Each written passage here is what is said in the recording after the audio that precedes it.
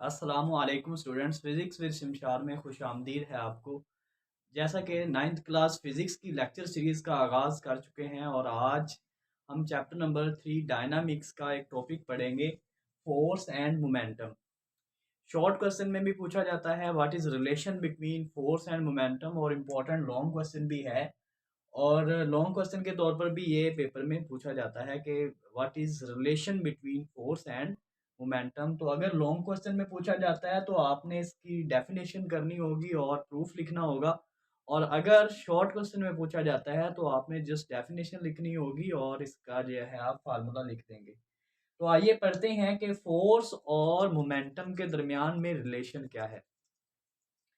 सबसे पहले फ़ोर्स के बारे में मैंने आपको बताया हुआ है कि फ़ोर्स किसी बॉडी को मोशन में लाती है या मोशन में लाने की जस्ट कोशिश करती है। फ़ोर्स किसी बॉडी की मोशन को रोकती है या रोकने की कोशिश करती है। और मोमेंटम हमने पढ़ा था कि जो मोमेंटम किसी बॉडी का होता है वो क्वांटिटी ऑफ मोशन होती है। Quantity of motion. तो फोर्स और मोमेंटम के दरमियान रिलेशन देखना है तो मतलब ये कि अगर किसी बॉडी पे हम फोर्स अप्लाई करें, मान लें कि ये कोई बॉडी है और इस पे हमने फोर्स अप्लाई करनी है और फोर्स अप्लाई करने से उसकी क्वांटिटी ऑफ मोशन पे क्या इफेक्ट पड़ेगा। असल में हमने ये देखना है कि जब भी हम किसी बॉडी पे फोर्स अप्लाई करेंगे तो फोर्स के अप्लाई करने से उस बॉडी की क्वांटिटी ऑफ मोशन पे जो इफेक्ट पड़ेगा उसको हमने देखना है।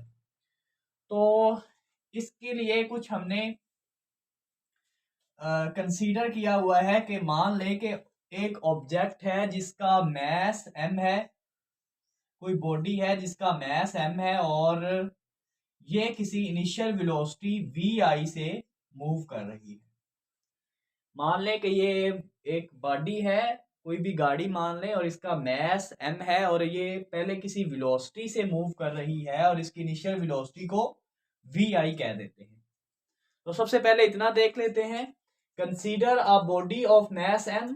मान लें कि एक बॉडी है जिसका मैस m है, moving with initial velocity vi। वो इनिशियल वेलोसिटी vi से मूव कर रही है। क्या करते हैं कि हम इस बॉडी पे फोर्स अप्लाई करते हैं। जैसे ही हम इस बॉडी पे फोर्स अप्लाई करेंगे तो इसमें एक्सेलरेशन प्रोड्यूस होगा। न्यूटन्स के सेकंड लॉ में भी हमने यही डिस्कस किया था कि जब हम किसी बॉडी पे फोर्स अप्लाई करते हैं तो उसमें एक्सेलरेशन प्रोड्यूस होता है और वो एक्सेलरेशन फोर्स के डायरेक्टली प्रोपोर्शनल होता है। जो एक्सेलरेशन इसमें प्रोड्यूस होगा वो फोर्स के डायरेक्टली प्रोपोर्शनल होगा। मतलब जितनी आप फोर्स ज्यादा लगाएंगे उतना ज्यादा एक्सेलरेशन प्रोड्यूस होगा और जितनी कम फोर्स लगाएंगे उतना कम एक्सेलरेशन प्रोड्यूस होगा। एक बॉडी थी जिसका मैस m था, वो इनिशियल वेलोसिटी vi से मूव कर रही थी। हमने उस पर फोर्स f अप्लाई की और उसमें एक्सेलरेशन प्रोड्यूस हो गया। अब मान लें कि t टाइम के बाद कुछ वक्त गुजरता है टाइम और उसको t कह देते हैं, उसकी जो वेलोसिटी है वो vf हो जाती है। मतलब वेलोसिटी चेंज हो गई। साफ ज़ाहिर है किसी बॉडी पे फोर्स अप्लाई करेंगे तो उसमें एक्सेलरेशन प्रोड्यूस हुआ है, इसका मतलब है उसमें उसकी वेलोसिटी चेंज हुई है। पहले अगर वो बॉडी 5 मीटर पर सेकंड से मूव कर रही थी तो मान लें कि अब वो 10 मीटर पर सेकंड से मूव कर रही है और इतने में जो उसको टाइम लगा है टी है और मान लें कि टाइम जो है 2 मीटर पर सेकंड है। तो अब इसको एक्सप्लेन कर देते हैं। Let a force F acts on a body. मान लें कि फोर्स एफ एक्ट करती है उस बॉडी पे और फोर्स के एक्ट करने से क्या होगा, which produces acceleration A in it, जो कि उस बॉडी में एक्सेलरेशन ए प्रोड्यूस करती है। After some time t its velocity becomes vf। कुछ वक्त t के बाद उसकी जो वेलोसिटी है वो vf हो जाती है। If pi and pf are initial and final momentum. अच्छा, अब इसका मोमेंटम देख लेते हैं। तो मोमेंटम के लिए हमने फार्मूला देखा था कि जो मोमेंटम होता है वो वेलोसिटी और मास का प्रोडक्ट होता है। तो अगर मैं यहाँ पे देखूं तो इसकी वेलोसिटी, इसका जो मास है वो m है और जो वेलोसिटी है वो वी आई है, तो इसका अगर मोमेंटम निकालना चाहें तो वो मोमेंटम होगा एम वी आई। किसी भी बॉडी का आपने मोमेंटम निकालना हो तो उसकी मास को और वेलोसिटी को मल्टीप्लाई कर देते हैं, और ये मैं डिटेल से आप लोगों को पढ़ा चुका हूँ मोमेंटम के टॉपिक में। और इसको मान लें चूंकि इनिशियल वेलोसिटी है वी आई है, तो मान लेते हैं कि इसका जो मोमेंटम होगा वो पी आई होगा। और अगर इसकी बात करें तो इस यहाँ पे भी बॉडी का मास तो एम ही है, मास तो चेंज नहीं होगा, लेकिन अगर वेलोसिटी की बात करें तो अब वेलोसिटी वी एफ है और इसका मास एम है, तो अब यहाँ पे मोमेंटम होगा M v F.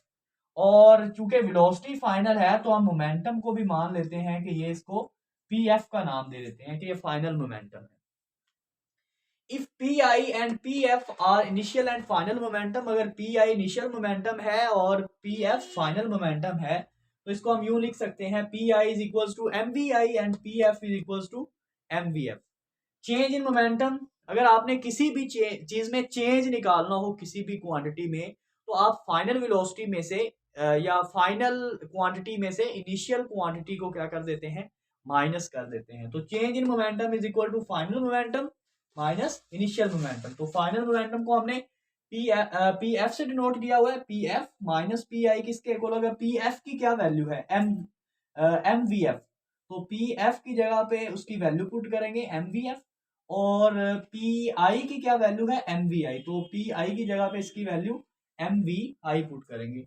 The time rate of change of momentum, अगर हम टाइम के रिस्पेक्ट से चेंज देखें कि टाइम के रिस्पेक्ट से उसके मोमेंटम में कितना चेंज आया, तो हम टी से डिवाइड करवा देंगे दोनों साइडों को, p F minus P I over t is equal to m v F minus m we I over t. कुछ नहीं किया, जस्ट इस इक्वेशन को हमने दोनों साइड को टी पे डिवाइड कर दिया, टी मतलब टाइम।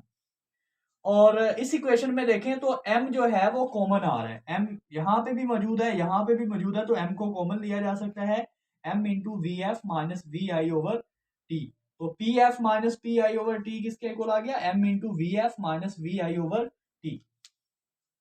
और स्टूडेंट्स अगर यहाँ पे हम देखें तो जो वी एफ माइनस वी आई ओवर टी है, वी एफ माइनस वी आई ओवर टी, ये rate of change of velocity है, और rate of change of velocity हमने सेकंड चैप्टर में पढ़ा था कि वो एक्सेलरेशन के इक्वल होता है।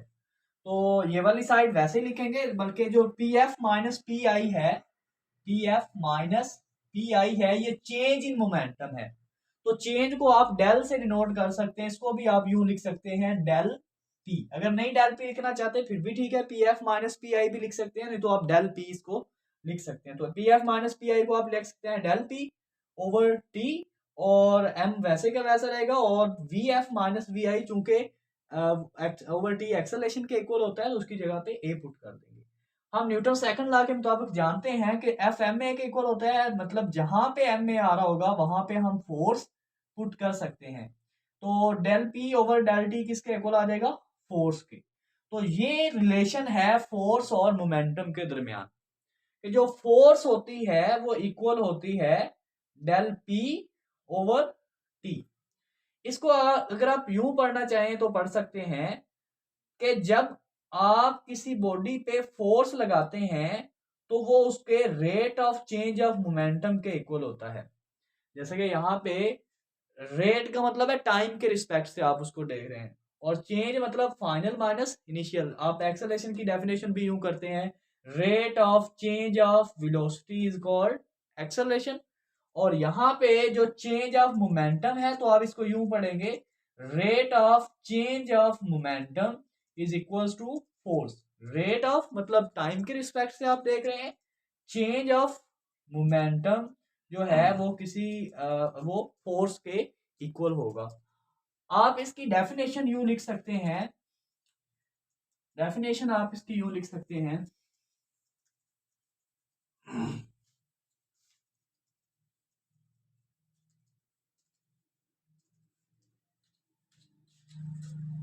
तो फार्मूला हमने ड्राइव कर लिया है कि जो डेल पी ओवर टी होता है ये इक्वल होता है फोर्स के।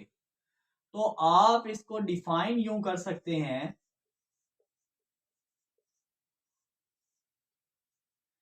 The rate of change of momentum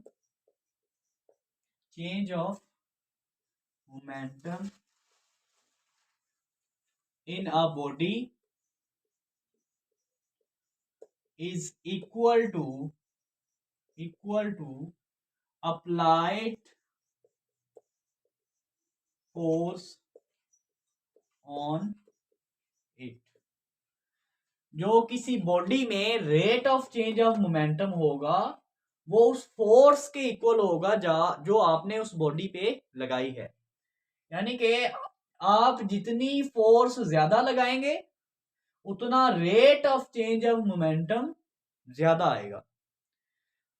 अगर आप इसको फिजिकली देखना चाहें तो जो मोमेंटम होता है वो क्वांटिटी ऑफ मोशन है किसी बॉडी में, और अगर इसका मतलब है कि आप जितनी फोर्स किसी बॉडी पे ज्यादा लगाएंगे उसमें उतनी ही क्वांटिटी ऑफ मोशन भी ज्यादा आएगी, और जितनी आप फोर्स कम लगाएंगे उतनी ही उसमें quantity of motion come produce होगी।